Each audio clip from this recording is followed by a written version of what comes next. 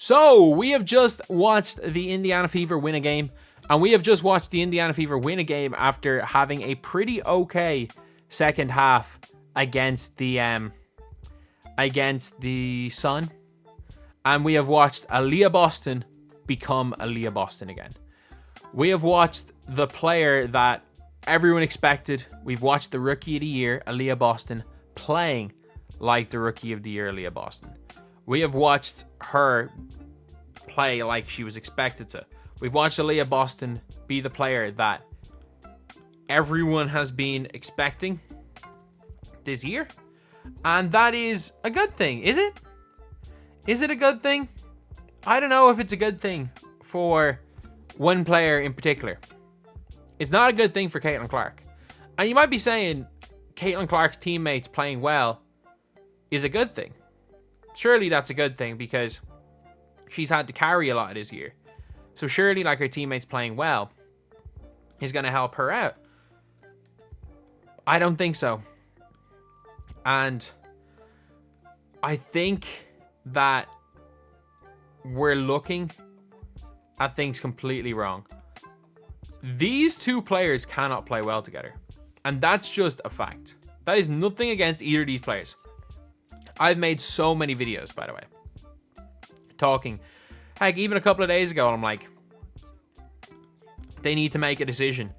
Like, do they trade Boston or do they trade Caitlin Clark? And I think that the last couple of games have made that decision for them. And I'll talk a little bit again in another video about the reasons for why they should trade Caitlin Clark. And I don't really care about the business side of things because if you are playing Caitlin Clark like this, it doesn't matter. You're going to lose money anyway. The tickets are sold. Your tickets are sold. You're going to lose money anyway because people are going to stop going. And this team is most effective when Caitlin Clark is a decoy. You see, you know Julie Van Loo from the Mystics? Julie Van Loo from the Mystics. She is a really solid point guard. 31-year-old point guard. Passes the ball pretty well.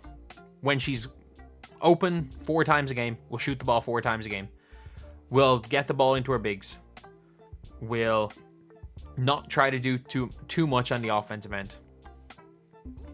Not great defender. Probably similar level to Caitlin Clark.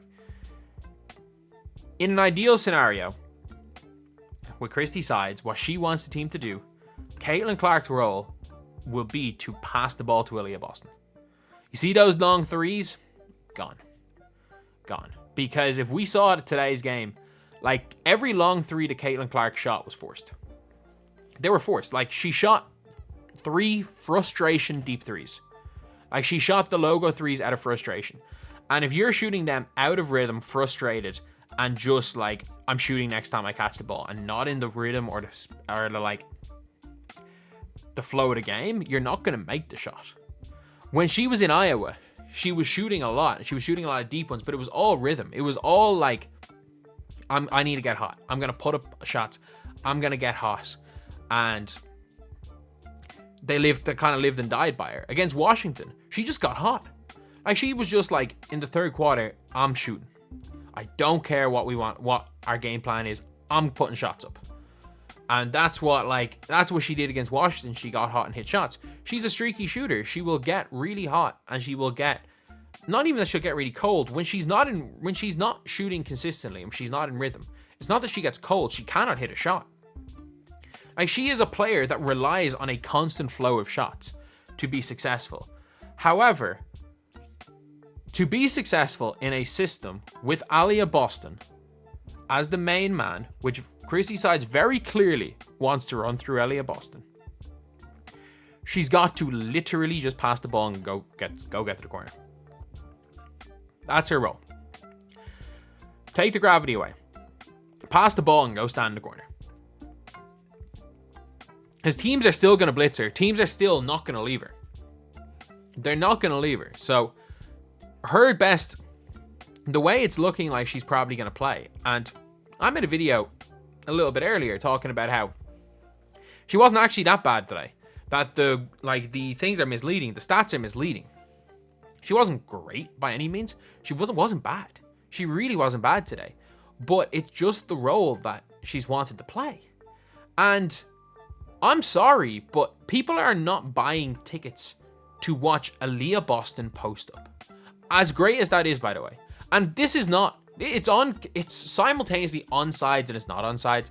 Sides is the coach that will ruin Caitlin Clark's career by saying, I'm not building around you, I'm building around somebody else.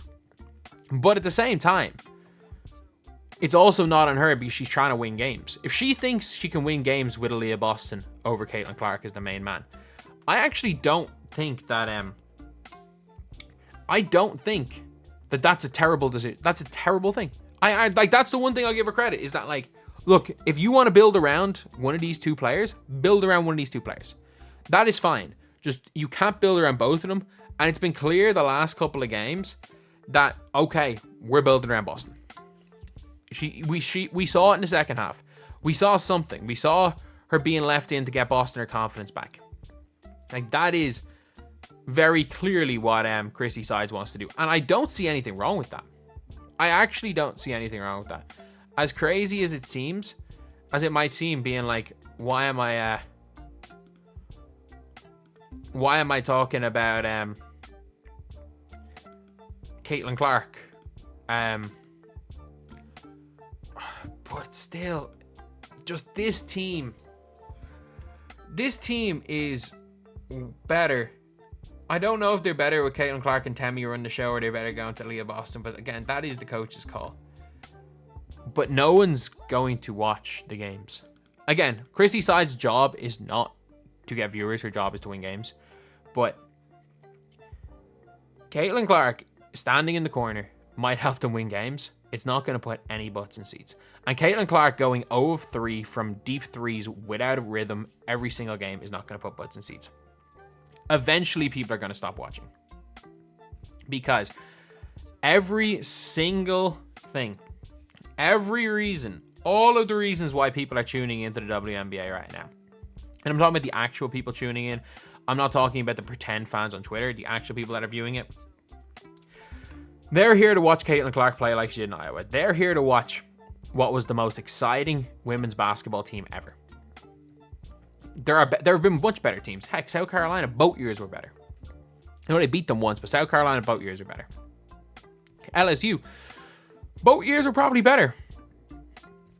But if you want to look at other great teams, obviously the Aces are much better. And they were. But they were the most exciting team because of the run and gun style of basketball. And these fans are here to watch Caitlin Clark shoot the logo threes. They're here to watch Caitlin Clark's run and gun style. The problem is that Caitlin Clark is terrible when she's not playing a run and gun style. And Aaliyah Boston is terrible in a run and gun style. And very clearly the coach has chosen to go with Aaliyah Boston. And eventually fans are going to stop watching. Eventually these people, they're not going to watch.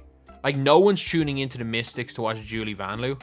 So why would anyone tune in long term to the Fever to watch Caitlin Clark playing like Julie Vanloo? That's just my opinion of it all. I think that the Golden Goose is like this close to dying. This close to dying. I think it's on its last legs. And I think that if the Indiana Fever do not trade Caitlin Clark, which I'll talk a little bit later again, if they don't trade Caitlin Clark, the WNBA, as far as their viewership, is doomed till Juju comes in. It is doomed till Juju comes in if they don't trade Caitlin Clark.